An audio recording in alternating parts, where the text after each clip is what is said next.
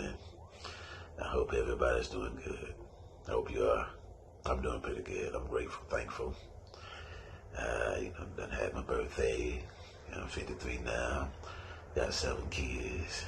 Feel good. God is good. All that good stuff. I'm just grateful, thankful.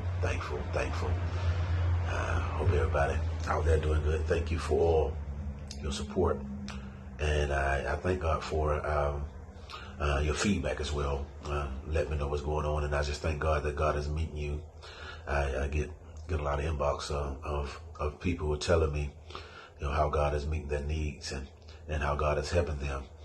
And see, the thing about that you need to realize and understand is that if your answer or if things are not the way yet that you believe in God that you want them to be, just be patient. Just be patient and give it some time. Give it some time. And in time, if you trust God, it's going to happen. But it's all about your trust. It's all about your faith. Because that's what's going to happen. That's what's going to make it happen. That's what's going to make it come to pass. Your faith. Because it's faith is what brings God into our life. It brings God into our faith because it takes faith to please Him. If you don't have faith, you can't please God. Because God gave you that faith. And so in order for God to pay attention or listen to you, you have to use the faith that He gave, the faith. And faith is substance. Faith is everything you're believing for. Faith says it's so. Your blessing, your breakthrough, whatever you need, is already so. But before I get into the message, in that right-hand corner, where it says subscribe, hit that bell. Hit the bell. Yeah, hit that bell. And so, but you gotta trust Him. Gotta trust Him. And I have a brief word today. I have a brief word, and I want to talk about a certain mindset. And it's like a controlling mindset, controlling spirit, a controlling way of thinking. And many of you that are listening to me, you have this mindset. You have a controlling mindset. And not the thing about it, not every person that's controlling operates in witchcraft. A lot of times, people, especially church folk, think that when a person is controlling, they got a demon, or they're practicing witchcraft, or they're trying to take advantage of you, or they're trying to manipulate you. Well, sometimes, and this is the individual, this is the personality that I hear, that I see. Sometimes, and the people that are listening to me now, you're controlled. The reason why you're controlling is because you're afraid.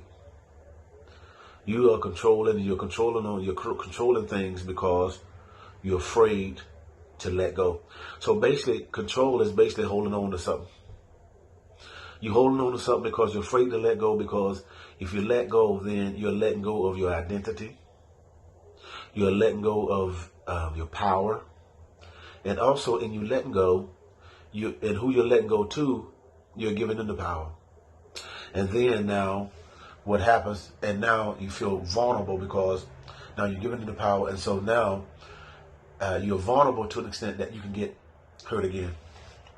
So a lot of times, when people have a controlling mindset, or when people have a controlling spirit, or likes to control things, a lot of it stems from hurt. It stems from hurts. It stems from someone letting them down. That's what it comes down to a lot of times, when people want to hold on to certain things and want to control everything in their life, because for so long or something happened where your life was out of control.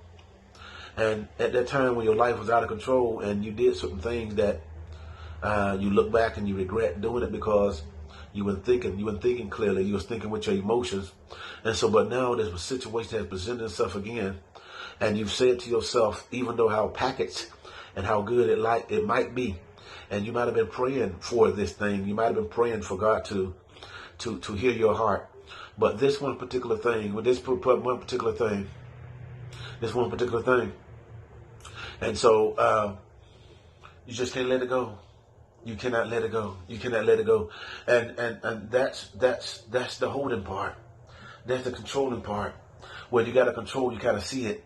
You got to see it before it happens. You got to see it. You got to see it before it makes sense. It's because in your mind you've seen it before, and the last time you saw it, It hurt you. It turned against you. It bit you.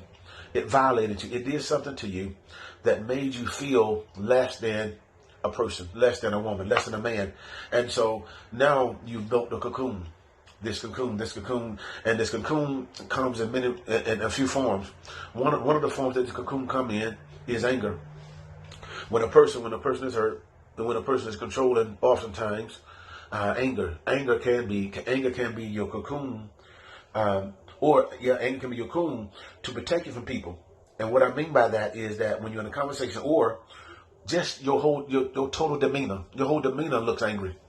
Your whole demeanor looks like, don't bother me. Don't try to come at me. Don't try to approach me. Don't try to get at me in any kind of way. I'm not interested.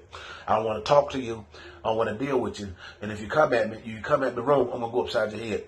Now, this is a person who's upset, and this is a person who's controlling.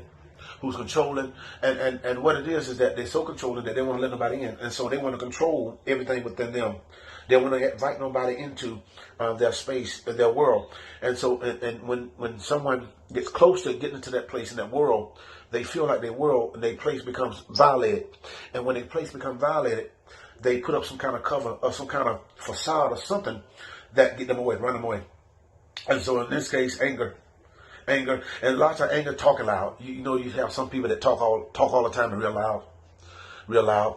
And then you got some people that does a cover that they do things that make them seem like they're happy. Such as sometimes when people are afraid, what they do, they laugh a lot.